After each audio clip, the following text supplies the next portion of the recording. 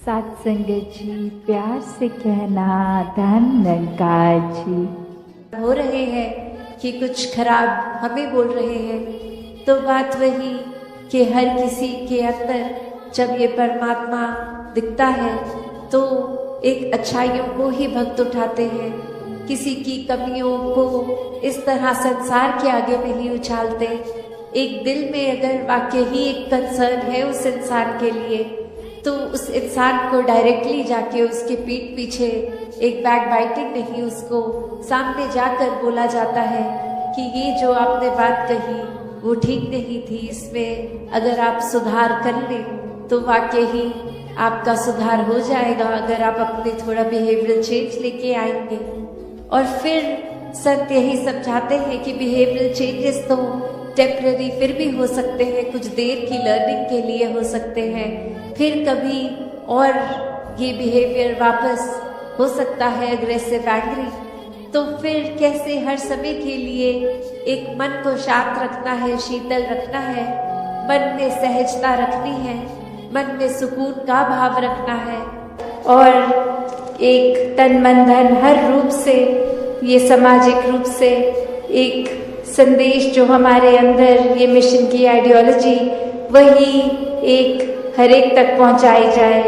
दातार हर एक पे कृपा करे कि हर कोई अपने जीवन में इस तरह सेवा करे, इतनी अनकंडीशनल सेवा हो कि रूप चाहे कोई भी मिल जाए, आज सेवा कैसी लगी है, कल कैसी, बस वो भाव पूर्णता से समर्पित भाव हो, वो फिर जीवन इस तरह भक्ति में हो कि फिर संगत के लिए एक दिल दिमाग सभी का हर एक के लिए कि किसी को कोई नुकसान ना पहुँचे, हर किसी के लिए एक बरकतें हों, एक दिल हर किसी के लिए पिघलता हो, एक ऐसा सेवक का भी जीवन जो आज चाचा प्रताप सिंह जी का भी जिक्र, तो ऐसा ही सेवा का भाव उनके मन में भी और पूरे परिवार ने भी अभी जो अरदास करी कि ऐसे मिशन में भी एक समर्पित रूप की सेवा अर्पण करते हुए आज भी परिवारों में भक्ति का माहौल एक जो बरकरार है, आगे भी ऐसे बढ़ते चले जाएं, तो दातार हर किसी पे कृपा करे। तो भक्तों ने हमेशा वो अच्छाई की ओर ही रुख करना सिखाया है कि परिस्थिति अगर इस परमात्मा ने दी है तो अच्छी ही होगी। एक अगर उस परिस्थिति को अच्छा नहीं समझ रहे हम, तो वो हमारी कमी है।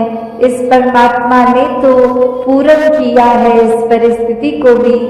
जब इस परमात्मा ने हमको जो कुछ दिया वो परमात्मा का जो दान है, तो ये परमात्मा जहाँ पूरा है तो परमात्मा की दी हुई हर परिस्थिति भी पूर्ण है।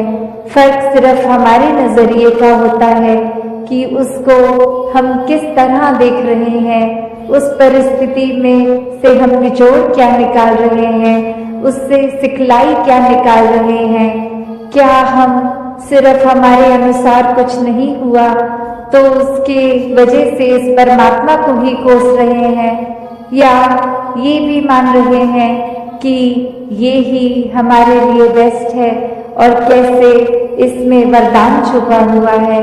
तो एक ये नजरिया भक्तों ने हमेशा से जो जिया कि आध्यात्मिक पहलू अपना हर किसी ने जहाँ एक बहुत ही उस नजरिए का बनाना है कि जीवन में ये शरीर मिला है, ये मटेरियलिस्टिक वस्तुएं मिली हैं, घर बार रिश्तेदारी बहुत कुछ मिला है, तो क्या इसी में पूरा समय रहकर इस परमात्मा के लिए समय नहीं निकालना, या फिर एक चुनाव अपना है कि इस परमात्मा के प्यार के रंग में ऐसे रंगे जाएं कि कोई दुनियावी रंग फिर छू नहीं सकता। ये पक्के का रंग, ये एक हर समय रहने वाला रंग, और इस रंग को जिसने भी अपने ऊपर लगाया वो हमेशा के लिए आनंदित हो गए।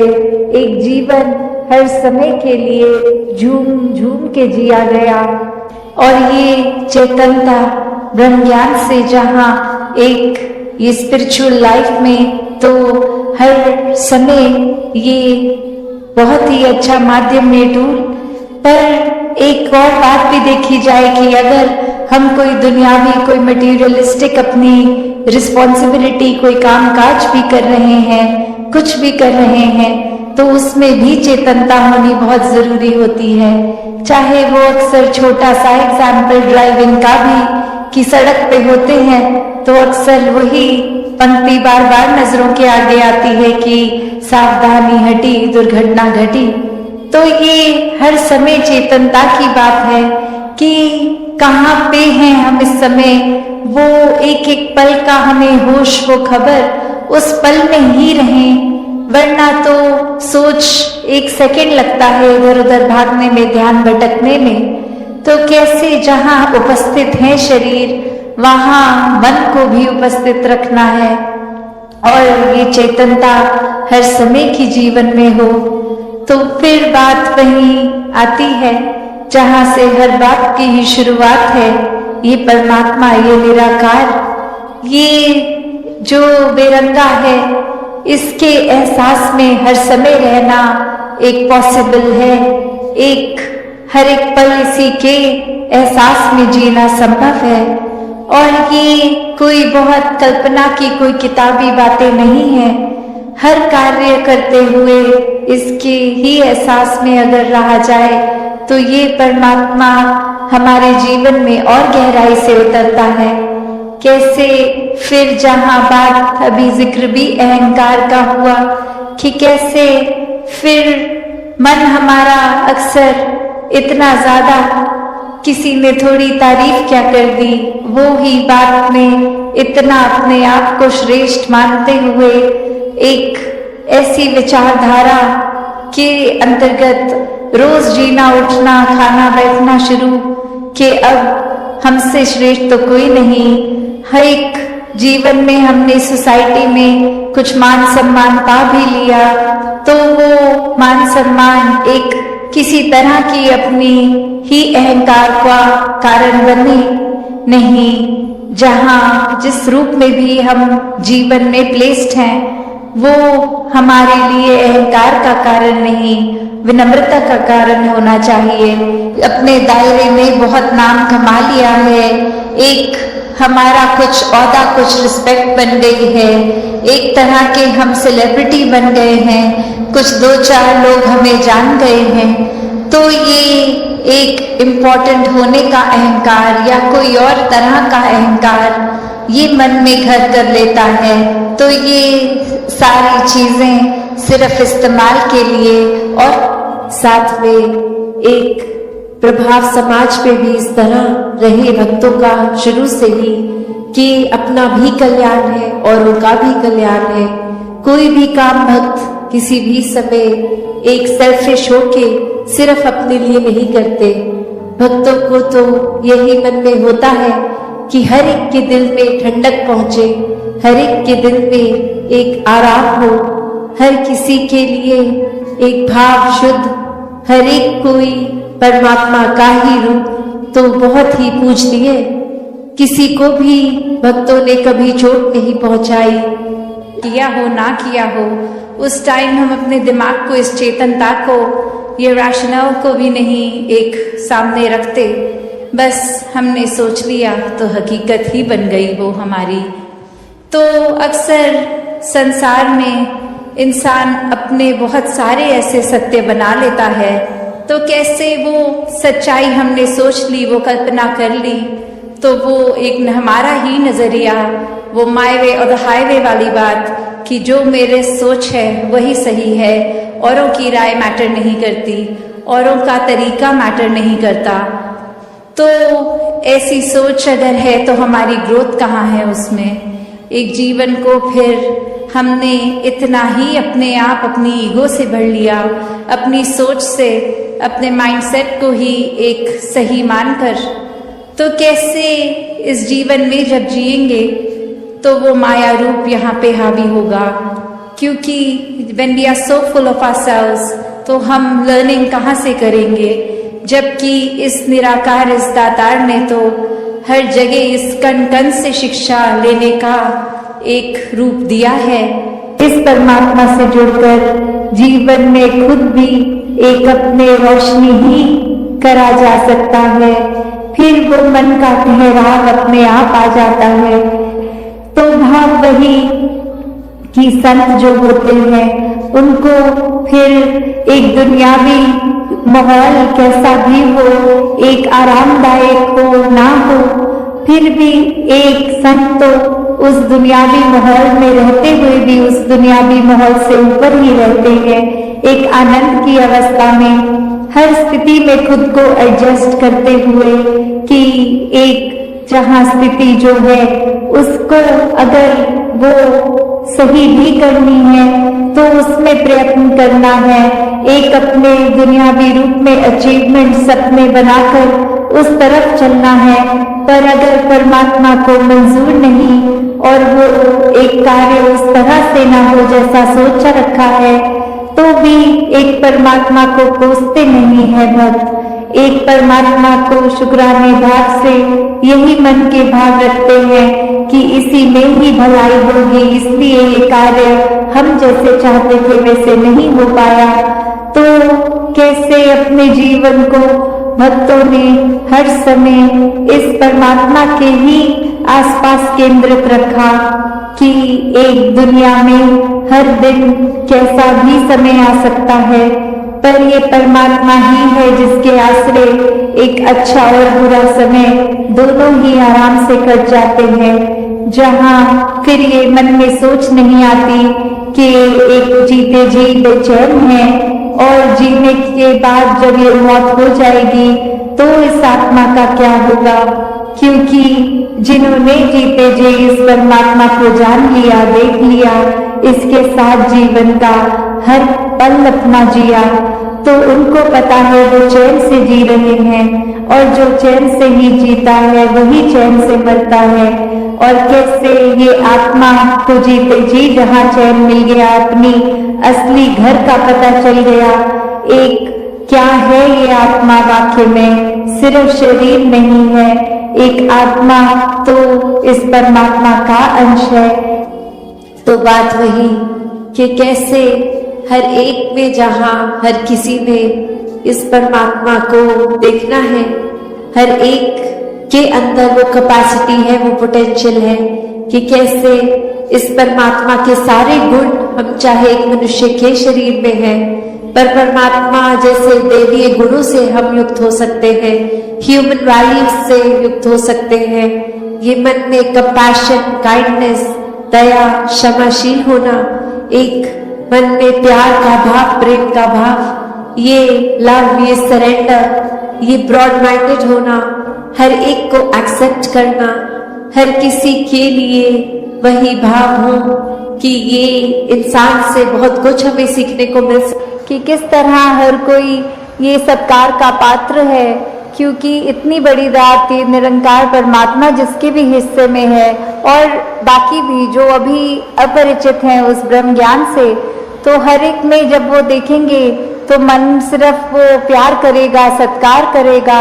और फिर हम हर एक को वो बेनिफिट ऑफ डाउट की जो बात आती है कि अगर किसी ने कुछ हमें गलत भी कर दिया, कोई किसी का कर्म हमें दुख पहुंचाता है, तो अपने उस व्यक्ति से गुस्सा ना करके सिर्फ एक ही भाव मन में अपने आप आएगा कि उस व्यक्ति की शायद कोई मजबूरी रही होगी, आज उसका हो सकता है दिन अच्छा ना रहा हो, कोई किसी ने कुछ उसको बुरा बोल दिया हो तो इसलिए उसका मन कड़वा हुआ है, इसलिए उसके बोल कड़वे निकले हैं।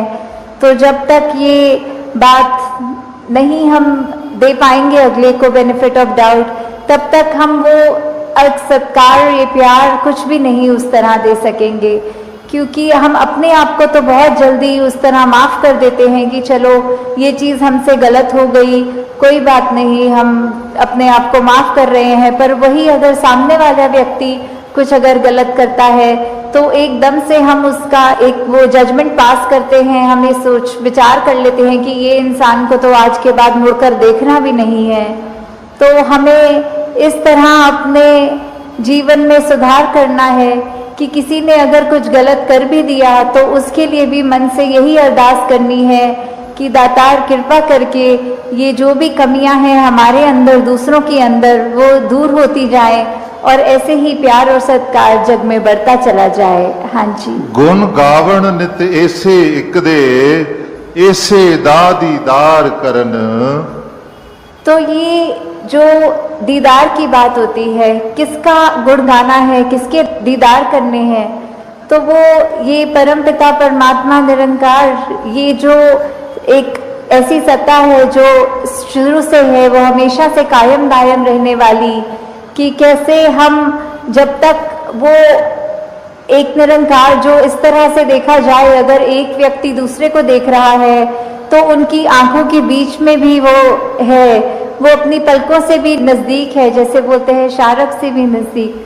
तो इतना करीब होने के बाद जब वो अपनी आंखों से नहीं खुद देखा जाता, वो संतों का संग करने के बाद ही ये दात प्राप्त होती है, जो अपने लिए तो सुखदायी होती भी है और हमारे जीवन में वो ऐसा एक हमारा पल पल बना देती है कि हर पल में सिर्फ ये निरंकार प्रभु परमात्मा का शुक्रिया निकलता है हर समय, और वो भाव कि इसी के ही हमेशा गुणगान करने हैं।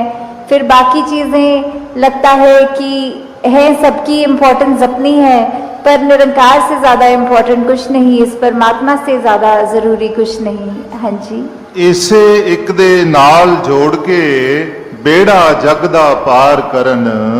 तो ये बेड़ा जग का, इससे क्या मतलब हो रहा है? इससे सिर्फ यही बात कि हम जब जीवन काल की यात्रा अपनी जी रहे हैं तो उसमें हमें क्या एक ऐसा जो बोलते हैं कि एक परमानेंट चीज़ क्या है, कि जो सबसे मजबूत चीज़ जिसने वो स्थिर है, उसने कभी हमारे उतार चढ़ाव के साथ उतरना चढ़ना नहीं है।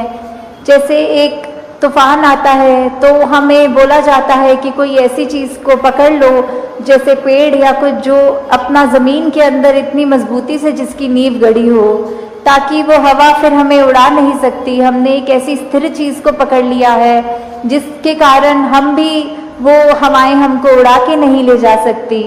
तो ऐसे ही जीवन में हम अपने जीवन को तब तक अपना अच्छे से जीवन जी सकेंगे जब तक हम ये निरंकार के साथ अपने मन से ना जुड़े, तब तक वो एक जीवन भी हमारे उतार चढ़ावों के साथ फिर उथल पुथल मचाता है मन में। तो निरंकार का ही आसरा लेना है, निरंकार में ही अपनी श्रद्धा रखकर ये वो बात करनी है कि हमें ये अब जो स्थिर चीज़ मिल गई है, जो कभी एक सब किसी भी सिचुएशन में अपनी जगह से नहीं हिलती, तो हम फिर वो एक मजबूती का और सहारा लेते चलते जाते हैं और हमारा मन भी और सहारा पक्का करके एक विश्वास और बढ़ाकर फिर हमारे जीवन में ऐसे भी कोई कर्म नहीं हो पाते जो अपने लिए भी नुकसानदायक हों और औरों के लिए भी नुकसानदायक हों। हाँ जी। श्वास श्वास सिक नु सिमरण दूजा कदे त्यावण ना।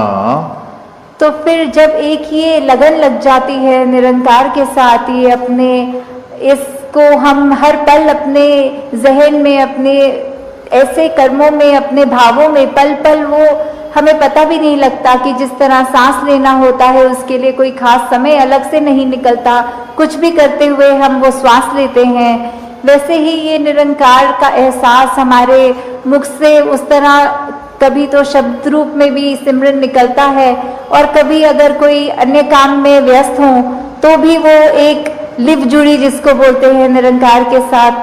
तो जब वो हो वहाँ पे हम रहे पूरे समय, तो दिन में कुछ भी करते चले जाएं पर लगातार एक चीज़ एक कांस्टेंट रहती है, वो है कि ये निरंकार का एहसास। तो जब तक हम वो सिमरन रूप में अपना नाता निरंकार से और गहरा करते जाएं, जितना अधिक से अधिक हो सके मन में भी करें और बोल से भी सिमरन करें, ताकि वही बात कि ये निरंकार ही है जो सही मायने में सब कुछ है और बिना उसके कुछ भी नहीं, और वो खुद भी सब कुछ होते हुए ना उस तरह दिखता है पर फिर भी इतने गुण बिल्कुल निर्गुण होते हुए भी। तो हमें भी ये सब ज़्यादा से ज़्यादा ऐसे कोशिश करनी है कि हम बिल्कुल वही गुणों को अपने जीवन में उतार पाएं, उसी तरह अपने जीवन को चला पाएं जिस तरह युगों युगों ने संतों ने चाहा है कि एक कर्म हमारे ऐसे बनते जाएं, एक ऐसा हमारे दिल से दिल का रिश्ता इस निरंकार प्रभु परमात्मा से जुड़े। हाँ जी। कहे अवतार और पूरे गुरसिख एक नु कदी भुलावन ना। तो फिर ये जो एका है ये निरंकार की तरफ इशारा करते हुए कि जो भी पूर्ण गुरसिख होंगे, जिनको ये ब्रह्म ज्ञान की दात प्राप्त हो गई और उसके बाद वो अपने अहंकार को तज के ये उस तरह एक सिर्फ इस एक ही के साथ ही जुड़ा हो, चाहे वो किसी भी भाव से हम लेते हों, जो अपनी श्रद्धा से जो भी बुलाना चाहे, तो उसके साथ जब तक जुड़े हैं इसका एहसास करते हुए तो ही सब कुछ है। नहीं तो वो एहसास जिस पल खो दिया, समझो वो जीवन काल वहीं थम गया, या फिर वो भी नहीं पता लगता कि कब वो पतन की ओर एक हमारे सोच विचार बन जाते हैं। तो हमें किस तरह ये अपने अंदर और मेहनत करनी है कि बस ये एक जो है, जहाँ सभी अब आने वाले दिनों में जो योगदान देंगे और ये उत्साह मन में हर एक का कि ये एक भाव श्रद्धा के एक और महापुरुषों के प्रति भी कि यहाँ ग्राउंड में जो भी आए एक राहत पाए, सुकून पाए, एक जीवन में हर एक के निराकार और ज्यादा गहरा प्रभाव, एक एहसास निराकार का और बढ़े। तो ये जो भाव, चाहे हर एक ने कोशिश करके यहाँ सेवा में आके योगदान देना है, पर किसी वजह से अगर कोई नहीं भी आ पा रहा तो उन्होंने भी मन छोटा नहीं करना। ये सेवा तो एक भाव है, मन से एक अरदास, एक ये रूप। तो कैसे हर एक ने जहाँ एक समागम के प्रति जो रुझाव अभी है वो बाकी का साल भी पूरे एक मन के भाव वैसे ही होने चाहिए कि एक सत्संग जाया जाए, संतों के दर्शन करके उनकी वाणी को जीवन में अपनाया जाए, एक दूसरे के चरणों पे अपना सर रख के ये अहंकार रूप तजा जाए, हर एक में ये परमात्मा, ये निराकार ही नजर आए। तो ऐसे भाव संतों ने हमेशा जब जब भी जिक्र किया, साथ ही एक निराकार को मन में हर समय के लिए बसाने के लिए ये सेवा, सुमिरन और सत्संग, और वहीं जो अभी सेवा का आज बार बार जिक्र, और साथ में ही ये शब्द भी कि अपनी इच्छा उस सेवा में ना डाली जाए, एक ये निरीक्षित रूप सेवा का। क्योंकि अक्सर हम ऐसा भी देखते हैं कि कुछ दुनियावी रूप में किसी एक फील्ड को हम अगर बिलोंग करते हैं, कोई नॉलेज रूप किसी में एक ज़्यादा होता है, तो अक्सर कोशिश रहती है कि हम सेवा के समय भी उसको इम्प्लीमेंट करवाएं। एक वो हमारी नॉलेज है तो हम वो काम ज़रूर करवा दें। तो बात वही कि जब ये हुक्म अनुसार का एक आता है रूप, तो वो ही एक ऑर्गेनाइज्ड वे है एक समागम के लिए, अगर उसकी तैयारियों के लिए, तो वहाँ अगर उस कैलिबर की ज़रूरत है नहीं है, उस हिसाब से अगर कोई चीज़ हमारे नॉलेज को अगर दर्शाती है और हमें करना है, तो वो ज़रूरी नहीं उस समय उसकी नीड है, उसकी ज़रूरत है। तो उसी अनुसार तभी वो जो हुक्म रूप में सेवा है कि जब जिस तरह एक आदेश आ रहा है वैसे ही एक रूप सेवा का बनता चलता है, तो वो एक सिस्टमैटिकली भी जहाँ और वहाँ एक मर्यादित रूप एक मन से श्रद्धा है, तो फिर तो किसी तरह की भी सेवा कहीं पे भी लग जाए, वो मन में फिर कोई और भाव नहीं लाती। क्योंकि सेवा करने के समय तो संत हमेशा सिर्फ सेवा करने ही आते हैं, ना कि इसलिए कि कोई सेवा करते देखे या हमें अपने पसंद की जगह पर ही सेवा मिले। अक्सर मन इतना जुड़ भी जाता है एक तरह से एक सेवा करने के लिए, कि अगर उस समय सेवा बोल दी जाए कि आज आपका एक ये ध्यान नहीं कि आप हर बारी अगर प्याऊ पे ही होते हैं तो आप इस बार प्याऊ पे नहीं, आप इस बार कहीं और टॉयलेट इत्यादि में अगर लग जाए, तो मन फिर एक उस सेवा को भी एक्सेप्ट करता है कि नहीं। मन में ये भाव भी कि इतने समय से इस जगह पर कर रहे हैं, इतने एक्सपर्ट हो गए हैं इस जगह पे सेवा करते करते, तो अब हमें कोई नई जगह पे क्यों डाला जा रहा है।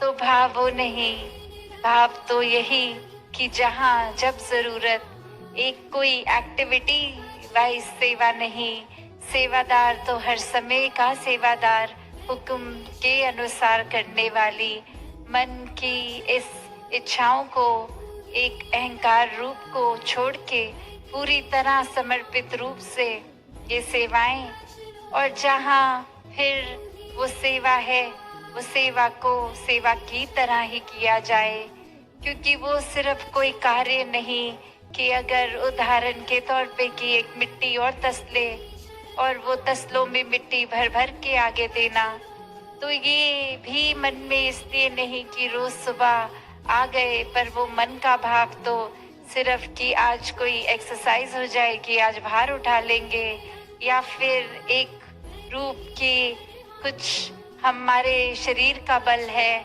हम ये कर सकते हैं, वरना और कोई इतनी फुर्तीली तरह से नहीं कर पाएगा। तो अगर मन के भाव हैं ऐसे, तो खुद ही एक बार देख लें कि सेवा में फिर कोई ना वो शरीर की ताकत चाहिए, सिर्फ वो मन में एक भाव चाहिए, वरना तो तरह तरह की मशीन्स होती हैं जो अगर पूरे पूरे दिन की भी हम सेवा करें, वो 10 मिनट में उससे ज़्यादा एक जगह से दूसरी जगह तक वो कार्य कर देंगे। पर यहाँ वो भाव एक हाथों से सेवा करने का है, एक भाव कि हर कोई एक सेवा का एक फायदा उठाए। और ये फायदा क्या, ये कोई दुनियावी फायदा नहीं होगा, ये जो अभी हम गीतों में भी सुन रहे थे कि सेवा में सुख है, जो सेवा करता है वो एक अपने मन को हल्का पाता है। तो वो बात ये नहीं कि अगर कोई शरीर की पीड़ा है वो सेवा करके दूर होगी।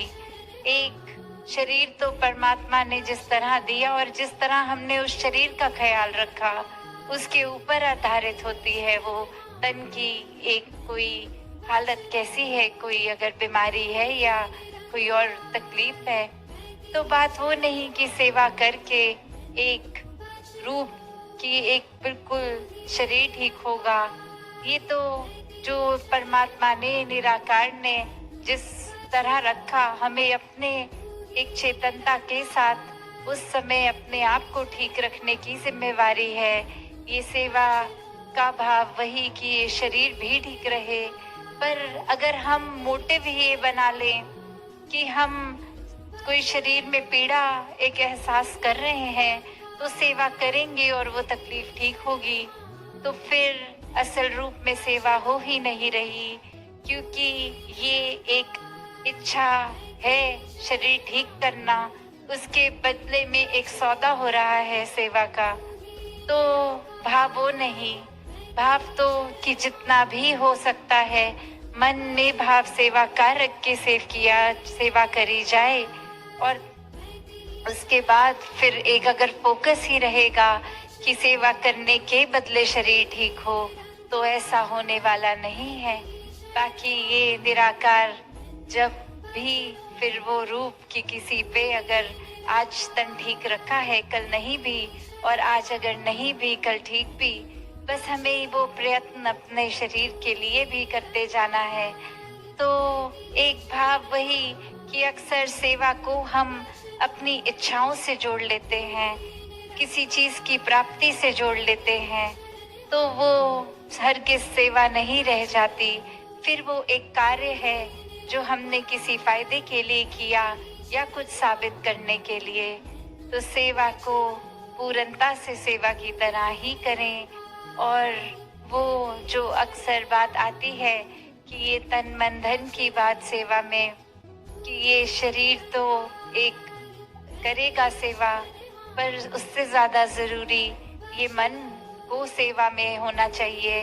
ये प्रेजेंस एक सिर्फ शरीर की नहीं, एक उस समय भी अगर ड्यूटी पे हैं या सत्संग सुन रहे हैं या कहीं पे भी सेवा है, तो एक मन के भाव कि हम मन कहाँ है हमारा, उस समय उस सेवा में है या नहीं, हम चेतन होके खड़े हैं कि नहीं, एक अपना कोई इस तरह मैकेनिकल रूप एक ऑटो पायलट पे नहीं कि ये कर रहे हैं तो करते जा रहे हैं। वो अलर्टनेस, वो चेतनता होनी जरूरी है, क्योंकि ये सेवाएं जहाँ मन से तो एक श्रद्धा से तो निभा रहे हैं, पर उस समय एक खास करके जब सेवा दल की वर्दी में है तो एक जिम्मेवारी और बढ़ जाती है कि अब ये और ज्यादा फुली प्रेजेंट होना है, पूरी तरह उपस्थित होना है।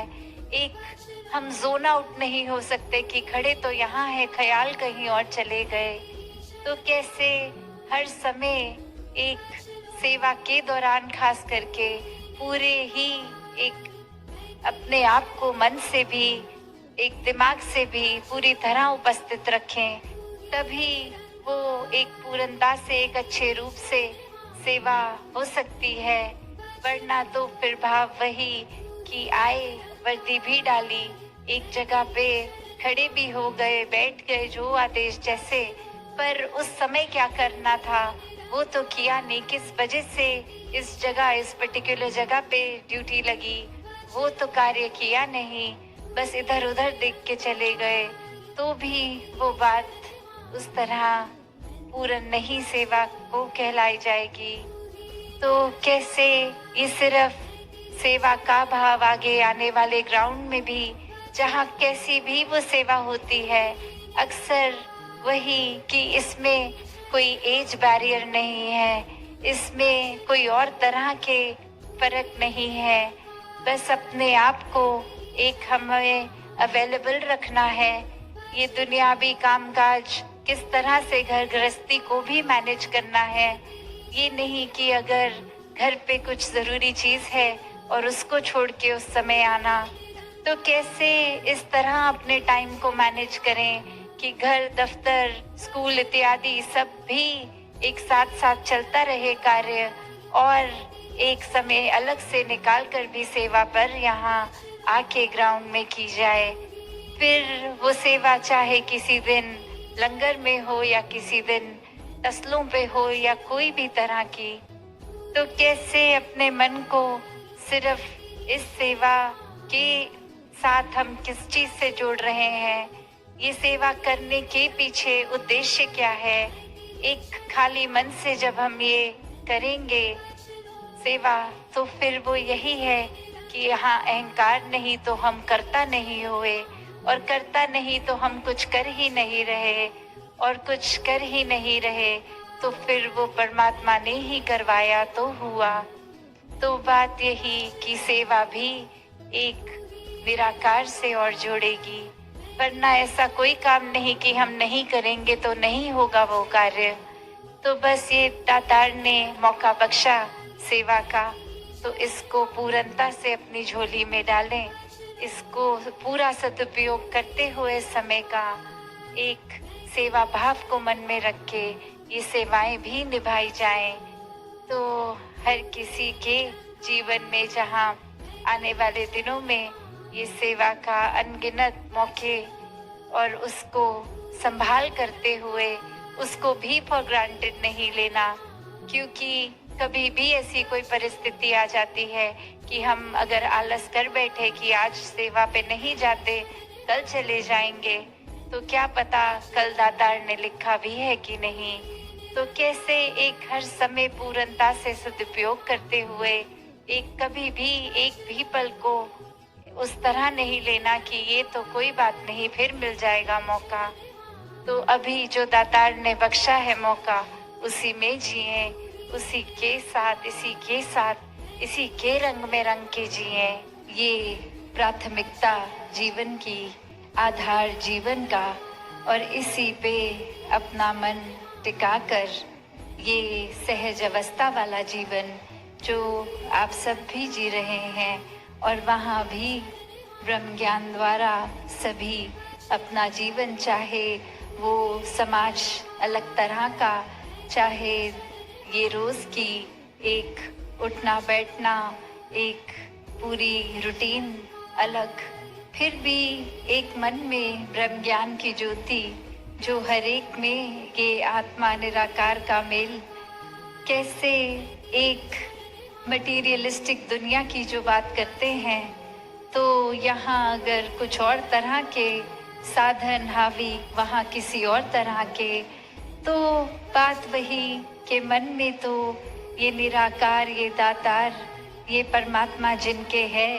तो कोई भी चीज़ ये दुनिया की हो, मन परमात्मा में ही रहता है और किसी चीज़ में उलझता नहीं, खचित नहीं होता। कैसे एक संसार का रूप भी, वो भी एक देखा कि यहाँ अगर हम देखते हैं कि हम जिस जगह पे भी रहते हैं, कोई भी सत्संग भवन हमसे कुछ दूरी पर ही होता है। एक इतनी कन्वीनियंस कि एक या तो पैदल का रास्ता है या कोई और साधन से भी, मोटर से भी, बस से भी, किसी और साधन से भी जाते हैं तो बहुत ही कम समय में पहुंच भी जाते हैं।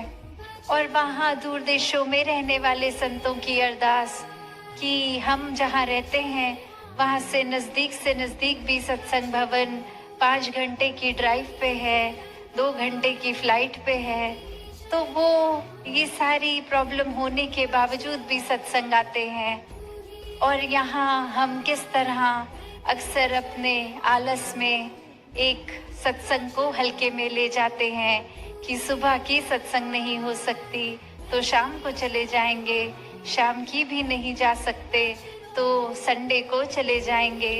एक बहाना, एक आलस्य, तो वो कद्र कहीं ना कहीं सत्संग की भी खोते जाते हैं और एक मन फिर माया में ही उलझता है, क्योंकि अक्सर सत्संग अगर नहीं आते तो बहुत ही कम समय होता है जो वो कोई बहुत ही जेन्युइन कारण है कि निकल नहीं सकते उस जगह से, सत्संग नहीं कर सकते।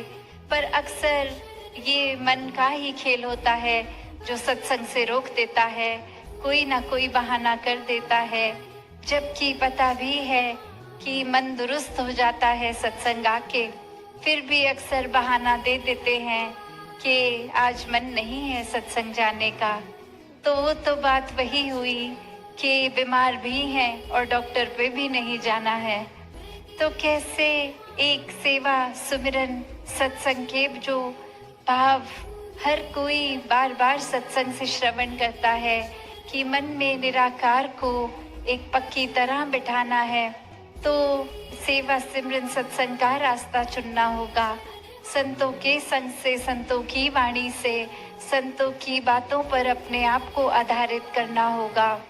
एक सेवा भी जो अभी चाहे वो समागम सेवा के शुरुआत के रूप में है या बाकी का साल किसी और तरह से, तो भाव सेवा के भी वही कि एक अपनी उपस्थिति भी रखें, वो शारीरिक भी पर मन से ज़रूरी है वो ज़्यादा, कि एक मन अगर सेवा में लगा है तो ही शरीर की भी वो हरकत मुबारक है। तो कैसे एक तंदुरुस्त, मन दुरुस्त, एक ये निराकार का जुड़ाव सेवा, सत्संग, सिमरन के प्रति एक जिज्ञासा के बाबे अगर आता है, तो कैसे ये जिज्ञासा मुबारक, ये ब्रह्म ज्ञान लेके ये एकत्व मुबारक, पर अब वो एकत्व कायम भी रखना है। वो सिर्फ बात इस तरह की ना हो जाए कि अब ज्ञान ले लिया है तो अब तो हम चाहे कुछ भी करें, एक ये पार उतारा तो तय है। नहीं, ज्ञान तो सिर्फ शुरुआत है। अपने जीवन को जितना ज्ञान पे टिकाएंगे उतना ही ये मुक्ति के हकदार होंगे। ये सिर्फ बात के ज्ञान ले लिया और मुक्ति होगी, वो एक कॉन्फर्मेशन की बात नहीं है। तो इस ज्ञान पे जीना बहुत ज़रूरी है। अगर ये आत्मा की तड़प को शांत करना है, ये साल्वेशन, ये एक मोक्ष की बात, तो हर किसी के जीवन में जहाँ ये उलझनों से निकलना संभव है, ये कोई सिर्फ किताबी बातें नहीं हैं। कोई भी धर्म ग्रंथ खोल के देख लें, ये ही बात कि ब्रह्म ज्ञान द्वारा ये एकत्व होता है आत्मा परमात्मा का, और यही हम अपने सारे जंजाल, एक जितनी भी पीड़ा, एक कितने भी कष्ट, और यहाँ कष्ट कोई एक जीवन की बात नहीं, उस तरह एक शारीरिक कष्टों की नहीं, आर्थिक कष्टों की नहीं, ये आत्मा का कष्ट, कि ये एक आराम अगर हमेशा का चाहिए तो पहले निराकार को जानना है, फिर इसकी भक्ति करनी है। और ये भक्ति फिर किसी चतुर चालाकियाँ या अपनी एक सुविधा अनुसार नहीं, ये तो प्रेम पे आधारित है भक्ति। ये फिर एक खुद ब खुद हो जाती है, जितना ज़्यादा जुड़ाव उतना गहरा प्यार। तो कैसे वही बात कि हम इंसानों में भी जब ये हमारी नज़र फ़र्क देखती है, कोई ना कोई कारण बना लेती है नफ़रत के, तो वहाँ मन में अगर हम ये सोच रहे हैं कि हम तो प्रभु प्रेमी हैं, पर हमें उंगलियों पे गिन के कुछ लोगों के नाम ले लेते हैं कि ये इंसान पसंद नहीं है, तो बात क्या कि ये जीवन हमारा एक, हम कोशिश अगर ये बात पे टिकेंगे कि हमें किसी से नफरत है, तो मन में परमात्मा तो नहीं टिका।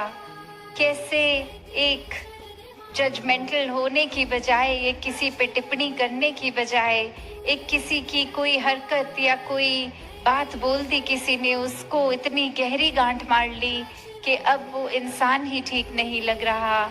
और कैसे चाहे फिर वो सामान हो, इंसान हो, कोई पुरानी एक सिचुएशन हो, क्योंकि अक्सर एक पास्ट में भी, एक बीते कल में भी रहने का सुख वो माया रूप ही होता है। एक इस समय में इन द मोमेंट जीने वाली कला ये भक्ति है, क्योंकि ये कण कण से शिक्षा लेके ये भक्ति भाव है, ये सेवा भाव है। एक अगर अक्सर ये भी देखा जाता है कि अगर शरीर किसी वजह से ठीक नहीं है या कोई बुजुर्गी के कारण उतना चुस्त नहीं है, तो मन में ख्याल यही आता है कि अपने पिछले दिनों में जब शरीर में बल था तो ये सेवा हम भरपूर करते थे, दौड़ दौड़ के करते थे, और अब ये शरीर काम इतना नहीं कर रहा तो कम हो पाती है। तो बात वो भी कि यहाँ पे भी ये माया को भक्ति में ना आने दे। पहले अगर हम वो भी सोच के कर रहे थे तो हम उस समय भी क्या सेवा कर रहे थे, अगर हम उस चीज़ को भी गिनती में ला सकते हैं, क्योंकि सेवा तो गवा कर करना है खुद को। तो कैसे इस माया में अड़ना नहीं है, ना बीते कल में ना आने वाले कल में, ये तो इस पल की है। इस भक्ति को हर समय करना है, हर पल में करना है। तो ये मनुष्य के ख्याल ये तो कभी खत्म नहीं होंगे। ये तो बिल्कुल एक बॉटमलेस बकेट, जिस तरह एक बाल्टी अगर उसके नीचे कुछ रोकने के लिए नहीं है, तो जितना एक ख्याल, जितनी सोच, जितनी इच्छाएं डालते रहेंगे, ये तो खत्म नहीं होने वाली, ना वो बाल्टी कभी भर सकती है। तो कैसे फिर अपने आप को इन इच्छाओं से, सोचों से मुक्त करें। बात फिर वही आके जुड़ती है कि निराकार का सहारा लेना होगा, निराकार के रंग में रंगना होगा, तभी निराकार जैसे होंगे, एक निराकार वाले गुण होंगे, तो संसारिक रूप में भी एक असली मनुष्य जीने के गुण हम में आएंगे, जितना ज़्यादा इस परमात्मा से जुड़ाव होगा मन का। तो सभी यहाँ उपस्थित, और वो भी बात हमेशा जो दासी को महसूस होती है जब इतनी दूर से सत्संग आते हैं, और वो मौसम भी अगर एक कंफर्टेबल नहीं होता, फिर भी सत्संग इतने आराम से करने के ये संत इच्छुक इसीलिए क्योंकि ये मन की ठंडक, ये निराकार साथ है और इसी के कारण एक मन भी टिक जाता है, तन भी टिक जाता है।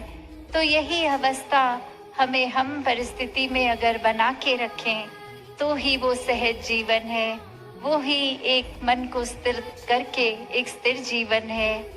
फिर वो कोई भी सामान, वस्तु, कोई और चीज अगर हमारे पास है या नहीं है, उससे मन जुड़ता नहीं है।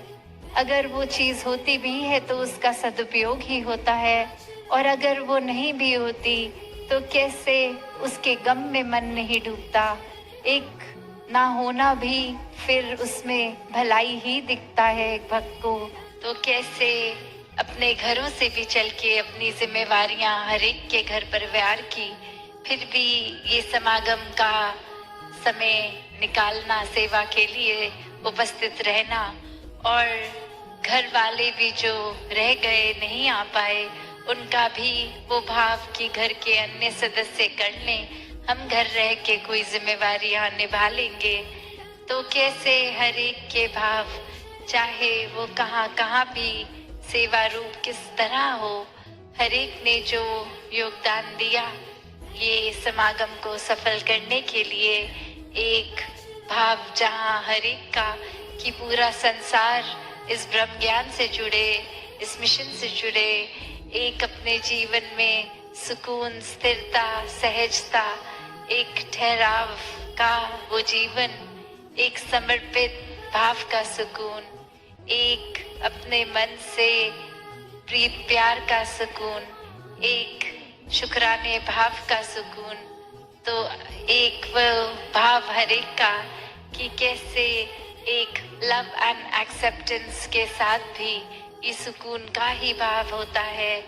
हर एक पूरे संसार में जहाँ जहाँ भी रह रहे हैं, अभी भी नजर जा रही है।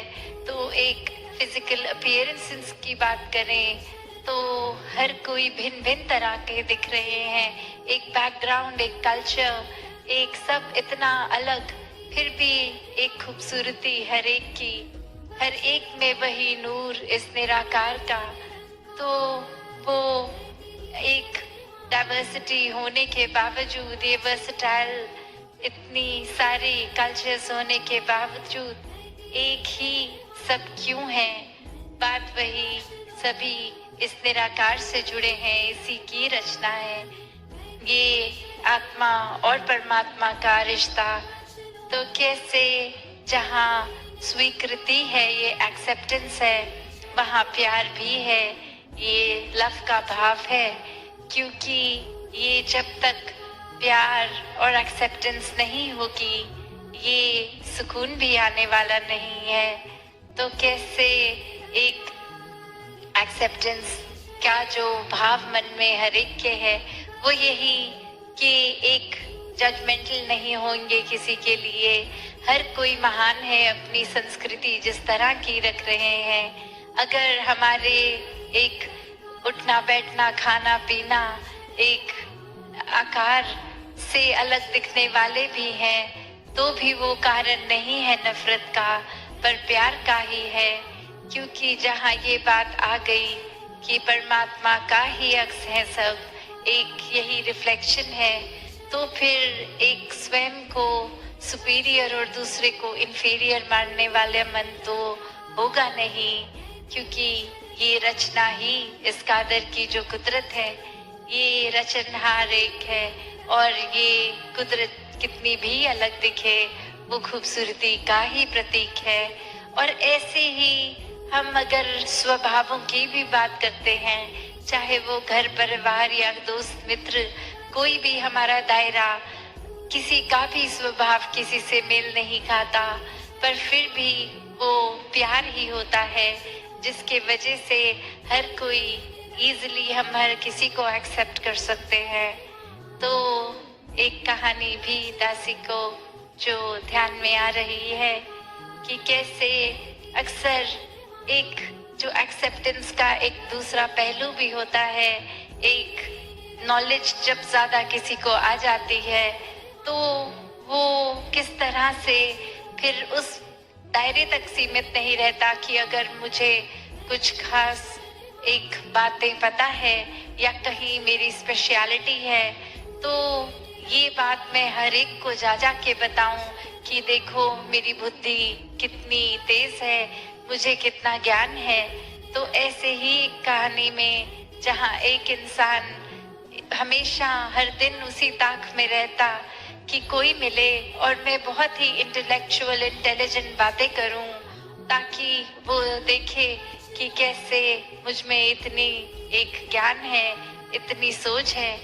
और वही एक दिन एक भी इंसान उसे नहीं मिलता, और मिलता क्या है, एक छोटा सा बच्चा जो अंधेरे में एक दिया लेके कहीं जा रहा है। और वही उस बच्चे को ही अब पकड़ लिया गया और कहा कि ये रोशनी इस दिए में आपने अगर जब जलाया था दिया तो आई, तो इससे पहले कहाँ थी ये रोशनी, और अब ये कहाँ से उपज है इसका। तो वो बच्चा फटाफट वो दिए को बुझा देता है और बोलता है कि आप ज्यादा सयाने हैं तो आप ही बताओ कि अब ये दिया मैंने बुझा दिया है तो ये नूर ये कहाँ चला गया, तो ये जहाँ चला गया वहीं से वापस आ जाएगा। तो वो बात बच्चे की कि कैसे एक बुद्धि एक सोचवान अपने आप को जो समझता है और वहीं उसकी बुद्धि भी वहां समाप्त हो गई। एक इंटेलिजेंस पे जो वो हावी अहंकार वो खत्म, और वहीं उस बच्चे के चरण स्पर्श कि ये एक हमें वो नहीं देखना कि ये शिक्षा कौन दे रहा है, क्या उनके जीवन में वो बातें लागू हैं जो वो कह रहे हैं, पर ये शिक्षा कहाँ है, क्या है। तो बात वही कि ये तो कण कण से शिक्षा है, क्योंकि परमात्मा ही कण कण में है, ये निराकार पूरे ब्रह्मांड या ब्रह्मांडों में भी हर जगह ही है। और कैसे कण कण में जहाँ निराकार है तो अवश्य ही कण कण से शिक्षा भी ले सकते हैं। फिर वो चाहे शिक्षा देने वाले कोई भी हो, एक अपने आप को समर्पित करके एक मन में इस दातार का ही शुक्राना कि किसी घट से भी कोई शिक्षा मिल रही है, किसी वस्तु किसी अन्य चीज से भी, तो हर एक से जहाँ एक प्यार और एक्सेप्टेंस अगर है मन में, तो ही ये भाव कि हर कोई अगर हमारे विचारधारा के विपरीत भी है तो भी कैसे आराम से सुकून से उनकी बात को समझ के एक अपनी बात रखना अलग बात है, पर उस वजह से किसी को नफरत नहीं करनी, एक हेट्रेड का भाव नहीं आता। तो कैसे हर कोई जहाँ सुकून में ये जीवन बिताए, क्योंकि ये संसार में आए हैं और अन्य कितने ही लोग जो अलग विचारधाराएं रखें, कहीं से भी हों, कोई ऊंच नीच नहीं, कोई भेदभाव नहीं, कोई भी एक इस तरह का भी ख्याल नहीं कि हमसे अलग है, बल्कि हर एक को एक आईना, एक शीशे की तरह देखें कि जो हम में है वही ज्योत सामने है। तो यही ज्योत इस निराकार से आई और यही ज्योत ये शरीर खत्म होने पर यही ज्योत अपने असली रूप निज घर में, ये मुक्ति एक साल्वेशन की बात जो हर कोई ग्रंथ कर रहा है, एक वही जीवन ये वाला जीकर अगर इस परमात्मा को प्राप्त कर लिया तो फिर ये मुक्ति का हकदार ये जीवन हो जाएगा। हम अपने जीवन को फिर एक लाभदायक रूप में, एक सदुपयोगी जीवन, एक संतमति से युक्त जीवन, एक वरदानीय रूप का जीवन जी सकते हैं। तो एक इंसान है तो इंसानियत का भाव स्वयं ही आ जाएगा जब वे परमात्मा इस मन में बसा है। तो दासी और शब्दों का सहारा ना लेके यही बात कि फिर से आप सभी का शुक्राना, जो आए भी जो नहीं भी आ पाए, ये व्यवस्था के रूप में चाहे कैसी थी कैसी नहीं थी, उस पे एक फोकस नहीं, फोकस असली बात पे कि इस निराकार पे ही रहेंगे। और जो चाहे सेवा कहीं लगी हो वहाँ पे भी एक मन को स्थिर रख के एक सुकून के साथ ही हर कोई जिस तरह खुशियों से इधर आए हैं, अब जाते समय भी अपने घर वो आनंद, वो ब्लिस, वो सुकून लेकर जाए, पूरे संसार में ये सुकून बांटे। हर एक के एक बनने का ये संसार में अब समय है कि किसी को अपने मुताबिक तोड़ मरोड़ के ये कोशिश नहीं कि हमारी एक सोच से मैच हो, हमारे नेचर से मैच हो, हमारे जैसे बन जाओ, पर नहीं, वो फर्क उनके मुबारक हैं, वो डाइवर्सिटी मुबारक है। बस हमें अब समय है हर एक का बनना है, वो भाव रखना ही नहीं कि ये अच्छे हैं कि बुरे हैं। बस हर एक के जितना हम हो जाएंगे उतना और इस परमात्मा के करीब आते जाएंगे।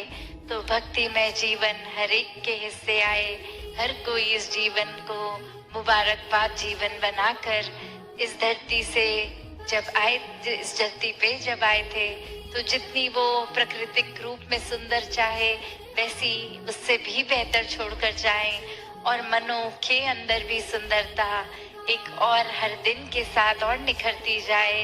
ये परमात्मा का वास दिल में और गहरा उतरता जाए, ये एहसास निराकार का, ये सुकून एक इससे युक्त होकर ही अपने जीवन को हर कोई जिए। सत संगत जी, धन्यवाद जी। सर झुकाने की खूबसूरती क्या कमाल होती है, सजदा ज़मीन पर करो दुआ आसमान में कबूल होती है। साथ संगत जी, निरंकार के सामने सर झुकाने की खूबसूरती आशा करता हूँ साथ संगत जी, निरंकार की कृपा से आप सभी अच्छे हो गए, स्वस्थ हो गए। साथ संगत जी, आप जी के चरणों में बहुत ही सुंदर प्रेरणादायक कहानी विचार, निरंकारी विचार जिसका विषय है निरंकार के सामने सर झुकाने की खूबसूरती क्या होती है। तो आइए साथ संगत जी जानते हैं इस निरंकारी विचार के माध्यम से।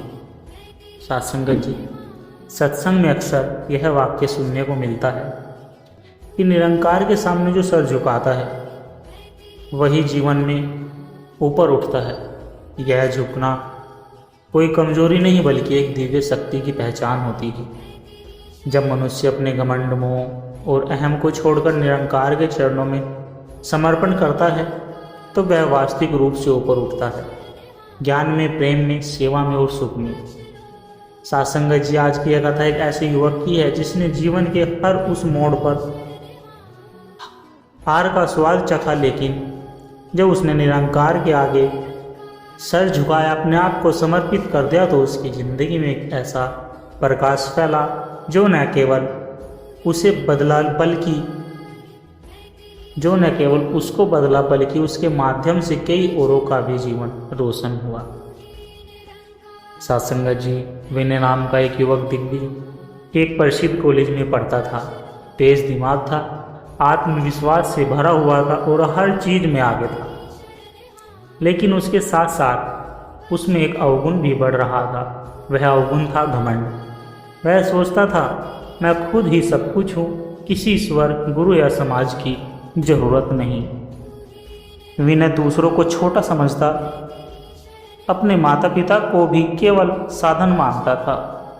उनके मन में न सेवा थी न श्रद्धा, बस सफलता के ऊपरी सोपान पर खड़े होकर वह खुद को परम मान बैठा था। साथ संगत जी, एक दिन उसके साथ एक ऐसा हादसा हुआ, एक बड़ा बिजनेस प्रोजेक्ट जिसमें उसे भारी धन और इज्जत लगाती थी, उसमें वह असफल हो गया। दोस्त दूर हो गए, परिवार भी खफा हो गया। एक दिन अकेले पार्क में बैठा वह सोच रहा था कि मैं तो सब कुछ जानता था, फिर क्यों गिर गया। तभी एक बुजुर्ग पास में आए और मुस्कुराते हुए बोले, बेटा, जब मनुष्य खुद को सब कुछ मानने लगता है तब प्रभु से झुका देते हैं ताकि वह अपनी असली ऊंचाई देख सके। उसी बुजुर्ग ने विनय को सत्संग में बुलाया। पहले तो वह हंसा, पर मन की बेचैनी उसे खींच लाई। सत्संग में वो सुनता था जो निरंकार के आगे झुकता है वो कभी झुकाया नहीं जाता। जो वाक्य कभी आत्मा को छू गया।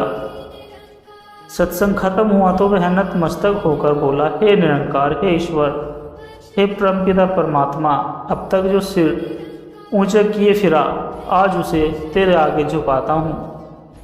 विनय की जिंदगी में बदलाव आने लगे। वह रोज सत्संग में आने लगा, माता पिता की सेवा करने लगा और समाज में छोटे छोटे कार्यों से सेवा करने लगा। उसके चेहरे पर एक अलग ही तेज था और वह तेज विनम्रता का तेज था। वो अब दूसरों की मदद करता, निरंकार के भजन गाता और लोगों को भी प्रेरित करता। जो भी मेरे जैसा अहंकारी हो वह एक बार निरंकार के सामने सर झुकाकर देखे, निरंकार के सामने समर्पण कर कर देखे।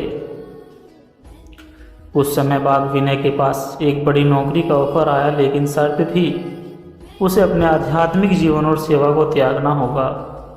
उसने सोचा, फिर सत्संग की एक बात याद आई, सच्चा जुगाव कभी स्वार्थ में नहीं बदलता। उसने नौकरी ठुकरा दी और छोटे स्तर पर ही काम शुरू किया, लेकिन समर्पण के कारण काम धीरे धीरे बढ़ता गया। निरंकार ने उसका हर कदम में साथ दिया। विनय अब एक आदर्श बन चुका था। उसके जैसे सैकड़ों युवाओं ने सिर झुकाया और जीवन की सच्ची ऊंचाइयों को पाया। उसके शब्द ये होते कि सर झुकाने से कोई छोटा नहीं होता, वह तो ऊंचा उठने की पहली सीढ़ी होती है। जिसने निरंकार के आगे सर झुका दिया उसे दुनिया कभी झुका नहीं सकती। एक दिन जब विनय वृद्ध हो गया, एक युवक ने आकर पूछा, आपने इतना बड़ा जीवन जिया, सफलता और सेवाएं दोनों पाई, इसका रहस्य क्या है, हमें बताइए। विनय ने मुस्कुराकर कहा, मैंने जब भी सर ऊंचा किया गिरा और जब सिर झुकाया तब उठा, बस यही है सच्चा सौदा। निरंकार के सामने सिर झुकाने की खूबसूरती यह है कि यह सिर्फ फिर किसी और के आगे झुकता नहीं, यह झुकाना आत्मा का उठाना है, यह समर्पण है, यह श्रद्धा है और यही जीवन की सुंदरता है। साथ संगत जी, राजवीर सिंह, जिसे सब प्यार से राज बुलाते थे, पंजाब के एक संपन्न किसान परिवार में जन्मा था। बचपन से ही उसके जीवन में धन रुतबा, इज्जत और मान था। पढ़ाई में होशियार, खेलों में तेज और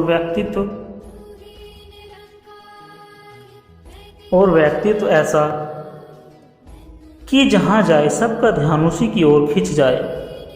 मगर साथ ही उसके जीवन में एक ऐसी चीज बहुत गहराई तक बैठी हुई थी जो था अहंकार। राज को लगता था कि उसके जैसा कोई नहीं मंदिर जाता पर केवल दिखावे के लिए, सेवा करता पर प्रसिद्धि के लिए, और कर्मों को वह हीरे जवाहरात समझता था और दूसरों की श्रद्धा, नम्रता और विनम्रता को मूर्खता समझता था। एक दिन उसके गांव में एक सत्संग का आयोजन हुआ। बहुत लोग जा रहे थे।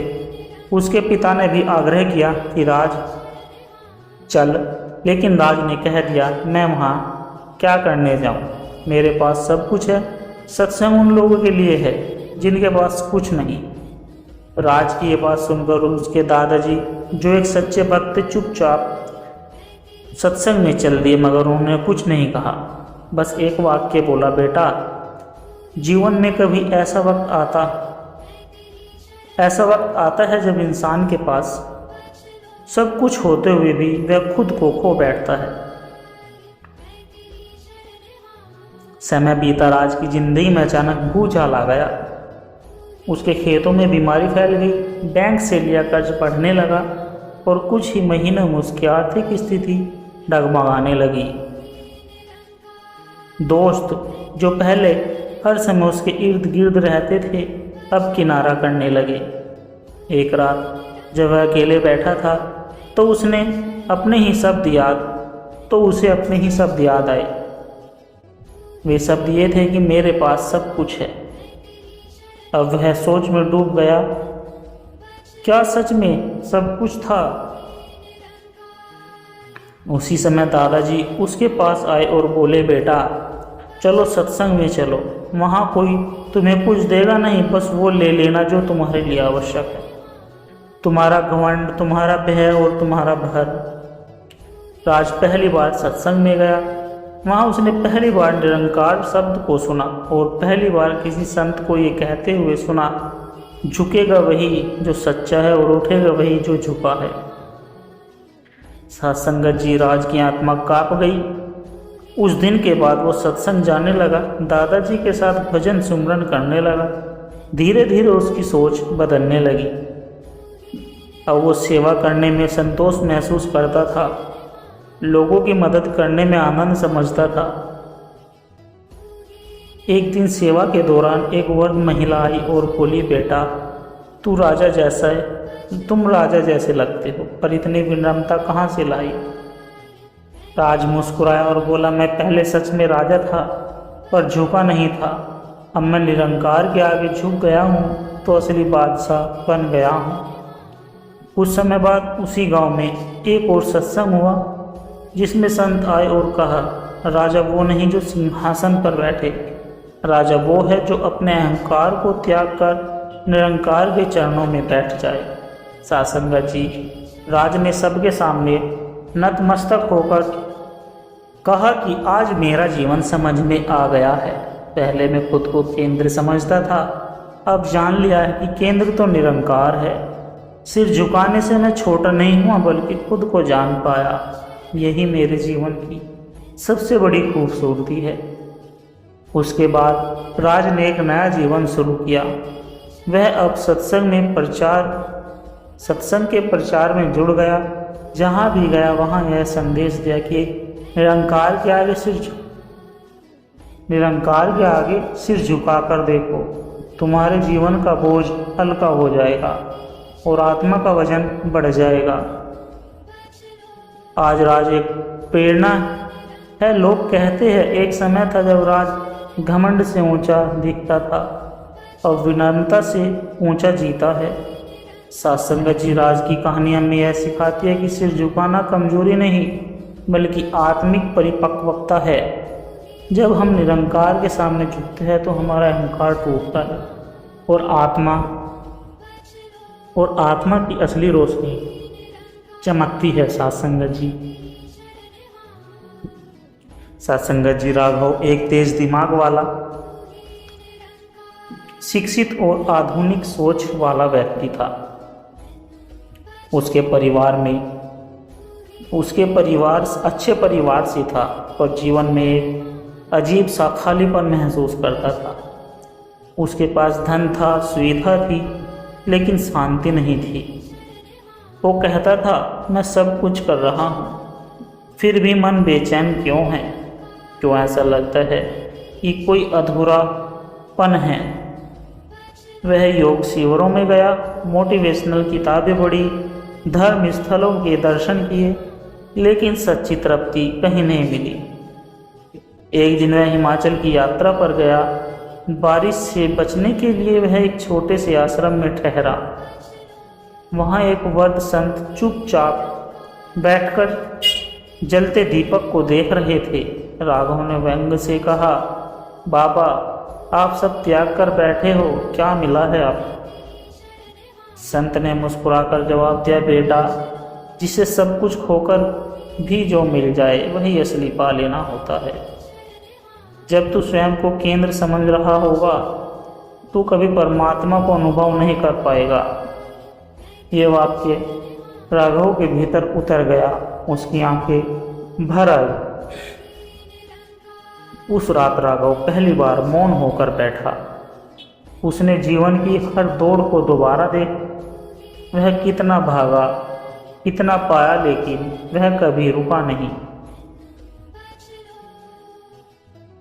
सुबह संत ने उसे सुमिरन सिखाया। उन्होंने कहा, ईश्वर दूर नहीं, तू ही दूर है। हर श्वास में, हर कण में उसी की आहट है, पर जब मन शांत होता है तब वो सुनी जाती है। राघव कुछ दिन वहाँ रुका, सेवा की, भजन में बैठा, संतों की बातें सुनी। हर दिन जैसे उसके मन का एक पर्दा हटता गया। जब राघव लौटा तो सबको लगा वह अब आश्रम ही जाएगा, लेकिन नहीं, वह अपने ही शहर में रहा। नौकरी भीगी पर भीतर से बदल गया था। अब वह हर काम से पहले सुमिरन करता, हर व्यक्ति को निरंकार का अंश मानता, हर दुख को प्रभु की योजना समझकर सहन करता था। उसने अपने जीवन में एक बात पक्की कर ली कि मैं संसार में रहकर भी आत्मा से जुड़ा रह सकता हूँ, बस निरंकार से जुड़ाव सच्चा हो। कुछ वर्षों बाद राघव सत्संग करवाने लगा। लोगों को कहता, ईश्वर तुम्हें खोज नहीं रहा, वो तो यही है, पर क्या तुम उसे सच्चे मन से पुकार रहे हो? एक बार एक युवक ने पूछा, क्या ईश्वर केवल भजन, पूजा या मंदिर में मिलता है? राघव ने कहा, नहीं, वो हर जगह है, बस जब तू अपनी मैं को छोड़कर तू में समा जाता है तब वो खुद सामने आ जाता है। राघव अब वृद्ध हो चुका था। एक दिन वह अपनी अंतिम यात्रा पर था। लोगों ने कहा, बाबा, आपने तो कुछ मांगा ही नहीं जीवन भर, फिर क्या लेकर जा रहे हो? राघव ने मुस्कुराकर कहा, मैं कुछ नहीं लेकर जा रहा, मैं खुद को वहीं छोड़ आया हूँ जहाँ पहली बार सिर झुकाया था, उनके दर पर सच्चे मन से। साथ संगत जी, यह कहानी हमें सिखाती है कि जीवन में बाहरी उपलब्धियाँ तभी सार्थक होती है जब भीतर शांति हो, निरंकार से जुड़ाव हो, सेवा का भाव हो और सच्चा समर्पण हो। साथ संगत जी, यही जीवन की असली पूंजी है। साथ संगत जी, दास के द्वारा कही गई प्रेरणादायक कहानी विचार यदि आप जी को अच्छे लगे हो, वीडियो को लाइक करें, शेयर करें, कमेंट बॉक्स में धन्य निरंकार जी जरूर लिख दे और दास को आशीर्वाद दे। हर रोज आप जी के चरणों में ऐसी एक सुंदर प्रेरणादायक कहानी विचार लेकर आता रहूं। और साथ संगत जी, दास की प्यार भरी विनती आप जी के चरणों में, जिसने भी अभी तक दास के चैनल को सब्सक्राइब नहीं किया तो कृपया संतो दास के चैनल को सब्सक्राइब जरूर कर ले। साथ संगत जी, प्यार से कहना, धन निरंकार जी।